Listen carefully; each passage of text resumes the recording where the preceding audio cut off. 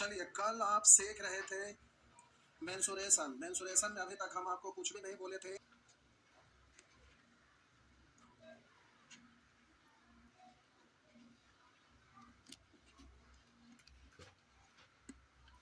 Projector चालू कर दीजिए।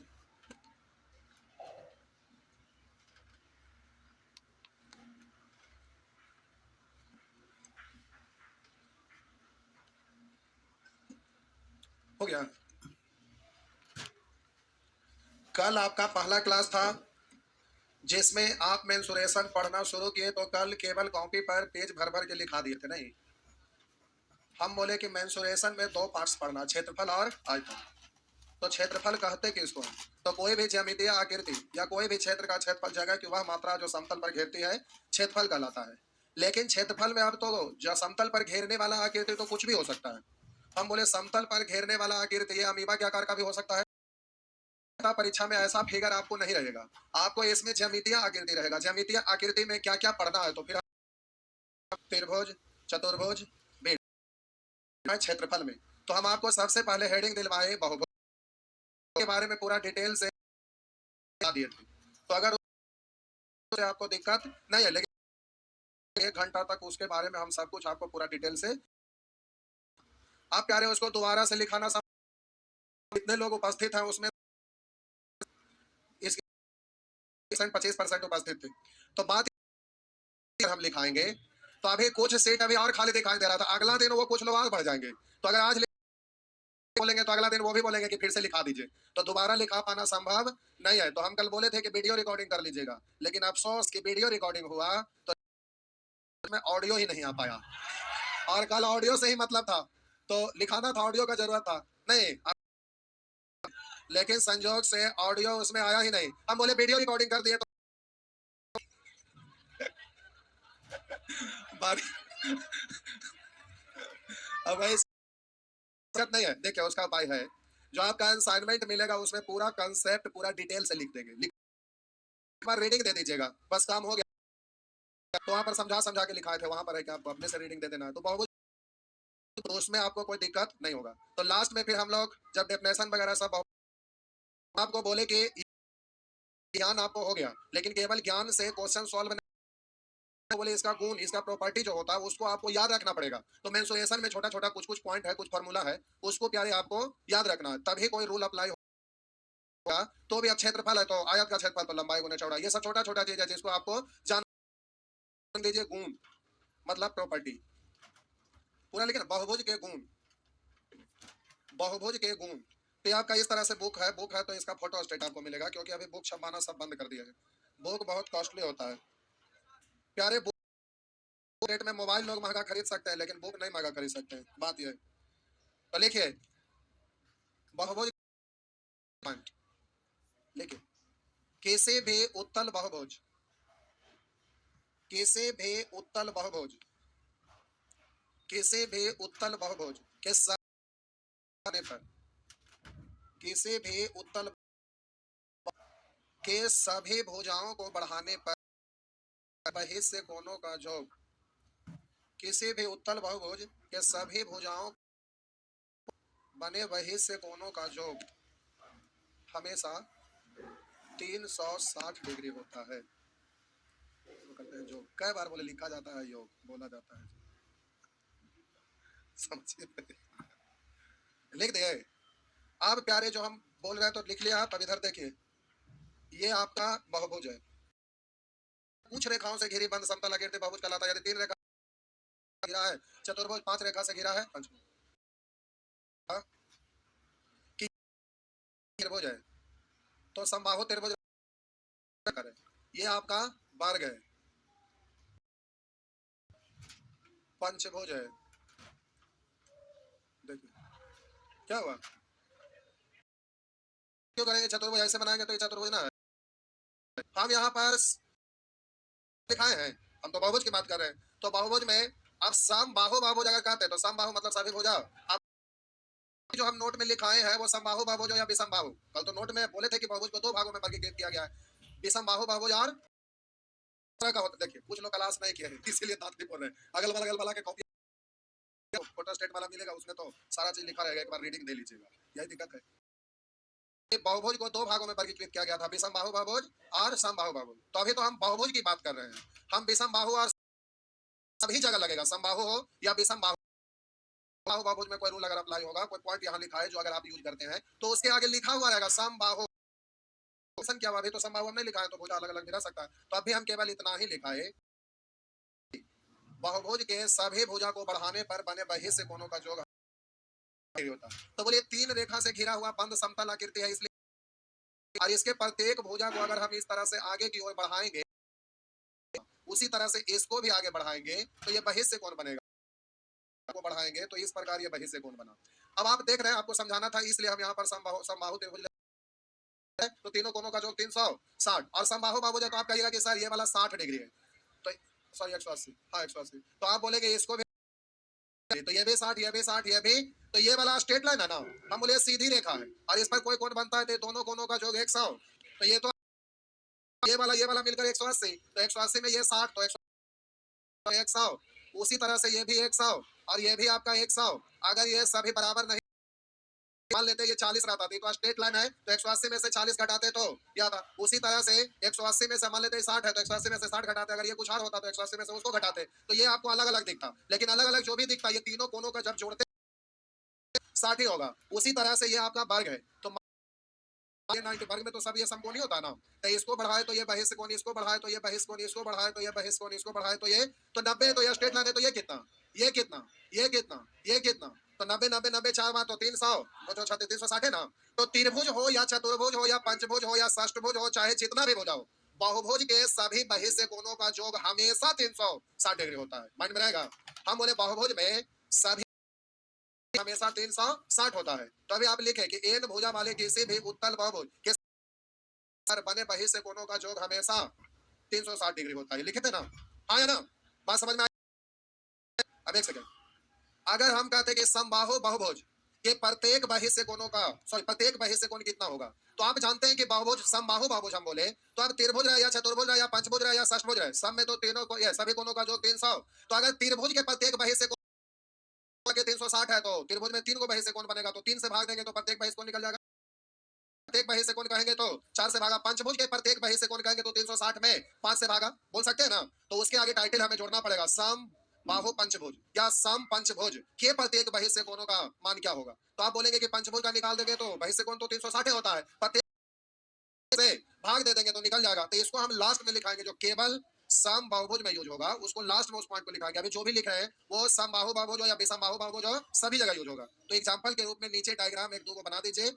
उसके बाद तो पॉइंट तो लिखा हुआ है, ये प्रत्येक बहिष्य कोण, ऐसे भुजा को बढ़ाएंगे तो ये बहिष्य कोण बना और प्रत्येक बहिष्य कोणों को जोड़ेंगे तो सभी बहिष्य कोणों का योग हमेशा 360 ही होगा, तो यहाँ पर आप बोलेंगे 120 प्लस 120 प्लस 120, तो ये सब मिलकर हो जाएगा 360। चतुर्भुज है तो इसमें भी 360, पंचभुज है तो इसमें भी सभी को जोड़ेंगे तो 360, मान लेते हैं थीटा 1 है, ये थीटा 2 है और ये थीटा 3 है और ये थीटा 4 है, तो हम बोले इसमें जोड़ेंगे theta 1 plus theta 2 plus theta 3 plus theta 4, ये सब मिलकर 360, ये मान लेते हैं थीटा 1 है, ये थीटा 2 है, ये थीटा 3 है, ये थीटा 4 है, ये थीटा 5 है, तो यहाँ जोड़ेंगे theta 1 plus theta 2 plus theta 3 plus theta 4 plus theta 5, तो इस तरह से सभी बहिष्य कोणों का योग यहाँ भी आपका 360 ही हो जाएगा।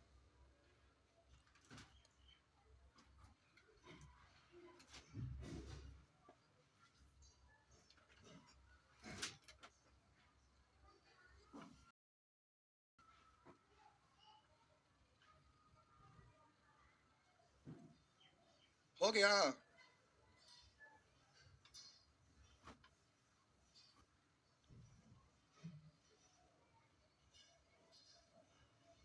कल आप पेज लेके पढ़ने आए थे, कॉपी लेके, कल सोचे थे कि कल स्टार्ट होगा, आज क्या सोचे थे, कल भरोसा नहीं था नहीं।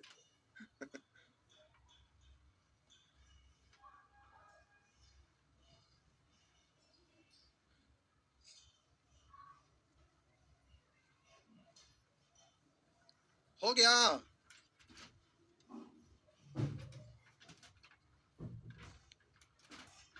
फिगर नहीं बन रहा है, अरे 5 को भुजा खींचना है तो हर भुजा देखकर थोड़े खींचेगा, 5 को कैसे भी खींच दीजिए, टेढ़ा मेढ़ा हो गया, कॉपी को सिकुड़ाइए तो हो जाएगा। देखिए बहुत बढ़िया बना है, छाप लिए, चलिए मिटा दे, लिखिए अगला। अरे अभी इतने सारे लोग ने बनाए।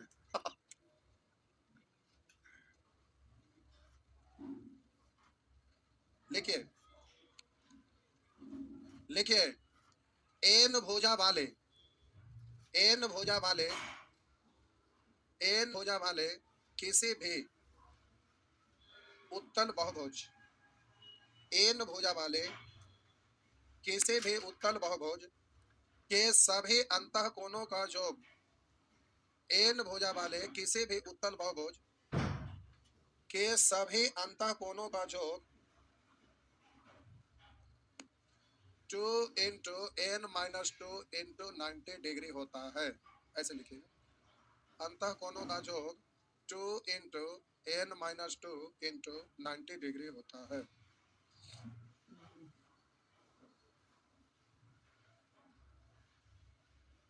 हो गया।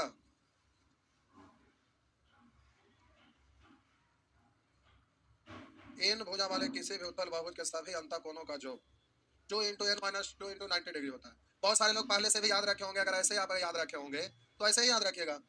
लेकिन प्रूफ जब होता है ना, हर चीज, जैसे ज्योमेट्री में आपका यही दिक्कत है। अब जैसे में आप शंकु का आयतन है, तो आप कैलकुलस पढ़े होंगे इंटरमीडिएट में, तो उससे प्रूफ होगा उसका आयतन। और जब बहुभुज है तो इसमें जो भी फॉर्मूला आ रहा है प्रूफ करना है, तो कोऑर्डिनेट ज्योमेट्री से प्रूफ होता है। तो इसमें यही लफड़ा है कि हर चीज को प्रूफ किया जाएगा तो उसके लिए दूसरा चीज का सहारा लेना पड़ता है, और उसका ज्ञान ना रहेगा तो फिर प्रूफ नहीं होगा। इसलिए इसमें प्रूफ ना करके हम डायरेक्ट नोट लिखा दे रहे हैं, क्योंकि इसको प्रूफ करने से कोई फायदा नहीं है। रास्ता भटक जाइएगा, आप परेशान हो जाएगा, क्योंकि हर चीज को प्रूफ करने के लिए अलग अलग जगह पर जाना पड़ेगा, जिसकी वजह से आप परेशान हो जाइएगा।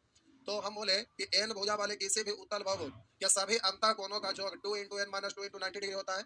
अब हम बोले कि प्यारे ये आपका त्रिभुज है। अब त्रिभुज के तीनों कोणों का योग यानी थीटा 1, थीटा 2 और थीटा 3, ये त्रिभुज के तीनों कोणों का योग अगर हमें निकालना है, तो आपको याद है कि 180 होता है, लेकिन प्रोसेस से आइएगा तो आप जानते हैं कि त्रिभुज है तो थीटा 1, थीटा 2, थीटा 3 कितना होगा, तो 2 इंटू एन, एन का वैल्यू कितना, एन माइनस 2 इंटू 90 डिग्री। तो आप चेक करिए तो 180 ही आएगा। 3 में से 2 घटाएंगे 1, 2 गुना 1 1 है, सॉरी 2 गुना 1 2, 2 गुना 90, तो ये आपका 180। चतुर्भुज होता तो यहाँ पर आप 4 लिखते, 4 में से 2 घटाते 2, 2 दूनी 4, 4 नमा 360 होता ना। बात समझ में आया। तो हम बोले कि त्रिभुज, त्रिभुज इसलिए एग्जांपल में लिए क्योंकि आपको याद था। चतुर्भुज रहेगा तो उसमें 4 भुजा है, तो n का वैल्यू 4 लेंगे तो इस तरह से हो जाएगा। तो एग्जांपल नीचे लिख दीजिए, एग्जांपल नीचे लिख दीजिए।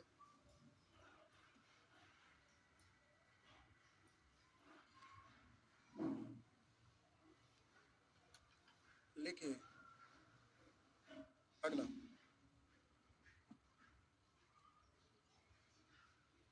और हम बोले उत्तल जो वहां पर लिख रहे हैं, तो उत्तल आपको बोले थे कि उत्तल ये टाइटल है, ये हर बार क्वेश्चन में लिखा हुआ नहीं रहता। तो लिखा हुआ रहेगा तो भी टेंशन नहीं लेना, ना लिखा हुआ रहे तो भी नहीं, क्योंकि हमारे देश के पीएम है, उनका नाम इतना बड़ा है और उसको उनको बोलते हैं लोग बहुत छोटा में, समझ रहे हैं ना। बड़े लोगों को डायरेक्ट नाम के आगे ऐसे नहीं बोला जाता है, श्री लगा के बोले कम से कम। आप लोग स्कूल में सिखाया ही नहीं जाता है कुछ। लिखे आगे लिखिए। चलिए आप उनके पक्ष में हो या विपक्ष में हो, वो जो भी हैं, देखिए कह रहे हैं विपक्ष में, पक्ष में है या विपक्ष में, दुनिया का कोई भी व्यक्ति है तो उनके पक्ष में और विपक्ष में भी लोग रहते हैं। वो भगवान हो या दानव हो, सबके पक्ष में और विपक्ष में लोग रहते हैं, समझ गए। चलिए अगला लिखिए।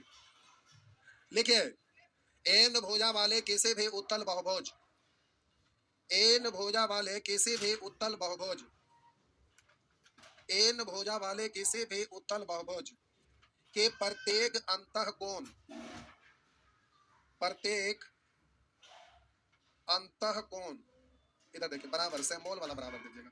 एन भुजा वाले किसी भी उत्तल बहुभुज के प्रत्येक अंतःकोण बराबर 180 माइनस बाह्य कोण होता है। प्रत्येक अंतःकोण बराबर 180 माइनस बाह्य कोण होता है। लिख दिए। तो भाषा नहीं लिखाएंगे, अगर प्रत्येक बाह्य कोण कहेगा तो प्रत्येक बाह्य कोण, ये प्रत्येक बाह्य कोण को इधर लाइएगा तो आपका ये हो जाएगा, क्या हुआ, 180 माइनस प्रत्येक अंतःकोण, प्रत्येक अंतःकोण, यहाँ भी प्रत्येक लिख दीजिए। हो गया ना। जैसे देखिए आपका ये है पंचभुज, ये है पंचभुज, और आपको सब कोण ये अंदर वाला दिया हुआ है। मान लेते हैं ये आपका थीटा 1 है, ये थीटा 2 है, ये आपका थीटा 3 है, ये आपका थीटा 5 है, ये आपका थीटा 4 है। अब हम बोले या ये वाला अज्ञात है, ये अज्ञात है, सब दिया हुआ था, ये अज्ञात है, और ये वाला आपका दिया हुआ है 60 डिग्री, तो ये निकल जाएगा। तो एक पूरा या स्ट्रेट लाइन है ना, तो 180 माइनस बाह्य कोण, तो अंतः कोण निकल जाएगा। अगर ये अंतः कोण दिया रहेगा बाह्य का, तो 180 माइनस अंतः कोण, ये ना होगा, तो ये निकालना रहेगा। तो 180 में से बाह्य कोण घटाना है, ये देखिए प्रत्येक अंतः कोण, यानी आपको थीटा 4 आपको ज्ञात करना है। तो हम बोले थीटा 4 आपको ज्ञात करना है, यानी प्रत्येक अंतः कोण वहां बारी बारी सब, ये थीटा 4 का, तो 180 माइनस 60 ऐसे नहीं कर देंगे, तो थीटा 4 नहीं निकल जाएगा, निकलेगा ना, तो ठीक है, हो गया। नेक्स्ट, अगला पॉइंट, अगला पॉइंट, मेंसुरेशन प्यारे आसान होता है, केवल रेगुलर आप क्लास में उपस्थित रहिए तो कोई दिक्कत नहीं होगा, रेगुलर आपको केवल क्लास में उपस्थित होना है, मेंसुरेशन आसान होता है। हो गया। पहले ज्योमेट्री पढ़ना रहता है, लेकिन आप बोले कि हमको मेंसुरेशन पढ़ना है, इसलिए पहले मेंसुरेशन पढ़ा दिए। तो ज्योमेट्री हो या मेंसुरेशन हो, एक दूसरे से रिलेटेड है। अगर ज्योमेट्री पढ़ के मेंसुरेशन पढ़ते हैं तो ज्योमेट्री में बहुत सारे चीज जो सीखते हैं वो मेंसुरेशन में यूज होता है। तो ज्योमेट्री पढ़ने के बाद मेंसुरेशन जल्दी खत्म हो जाता है, और मेंसुरेशन पढ़ के ज्योमेट्री खत्म करेंगे तो ज्योमेट्री थोड़ा जल्दी खत्म होगा। बात बराबर है? क्या हुआ? अरे क्योंकि इसमें बहुभुज पढ़े तो बहुभुज में तो फिर ज्योमेट्री में भी यूज ही होता है ना बहुभुज, तो ज्ञान तो पहले से है, खाली क्वेश्चन बनाना है। तो जाहिर सी बात है कि जो पहले पढ़े तो अगला में सपोर्ट मिलेगा, जल्दी हो जाएगा, इसमें करना क्या है। हो गया। अगला पॉइंट लिखे, एन भुजा वाले किसी भी उत्तल बहुभुज, लिखे एन भुजा वाले, एन भुजा वाले किसी भी उत्तल बहुभुज, एन भुजा वाले किसी भी उत्तल बहुभुज, एन भुजा वाले किसी भी उत्तल बहुभुज, एन भुजा वाले किसी भी उत्तल बहुभुज के विकर्णों की संख्या, एन भुजा वाले किसी भी उत्तल बहुभुज के कुल विकर्णों की संख्या, कुल जोड़ दीजिए, एन भुजा वाले किसी भी उत्तल बहुभुज के कुल विकर्णों की संख्या बराबर, सिंबल वाला बराबर लिखिएगा, बराबर बराबर एन इंटू एन माइनस 3 अब बट्टा 2, n into n minus 3 by 2, n into n minus 3 by 2 होता है। भाषा लिख दीजिए, होता है। हो गया। देखिए प्यारे, ये आपका षष्ठभुज है, ये प्यारे आपका क्या है, षष्ठभुज है ना। तो अब ये आपका शीर्ष षष्ठभुज का यह शीर्ष बिंदु है, नाम लिख देते हैं, A B C D E. अब हम बोले विकर्ण का मतलब क्या होता है, किसी भी बहुभुज में सम्मुख शीर्ष बिंदु को मिलाने वाली रेखा क्या कहलाता है। अब यह है, तो इसके सम्मुख शीर्ष बिंदु को मिलाने वाली रेखा विकर्ण कहलाता, इसके सम्मुख यह बिंदु है, तो सम्मुख शीर्ष बिंदु को मिलाने वाली रेखा ये क्या कहलाता है, विकर्ण।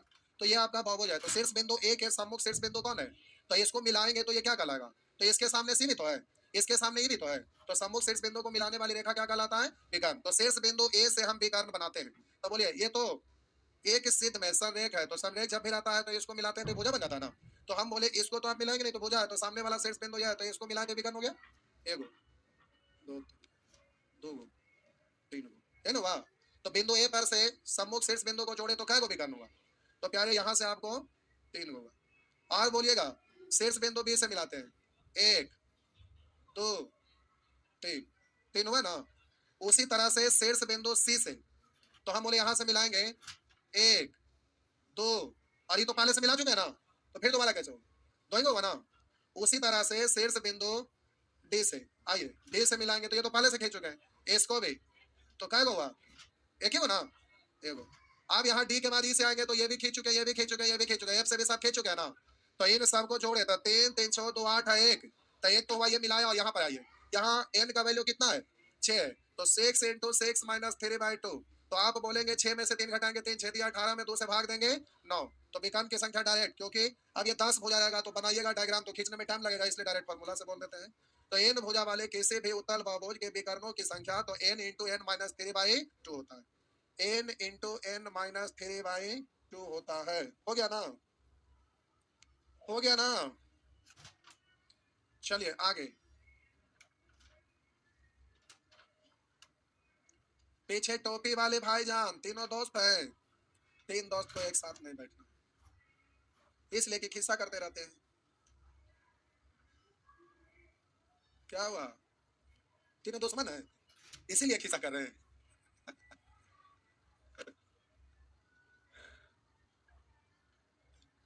आइए आगे।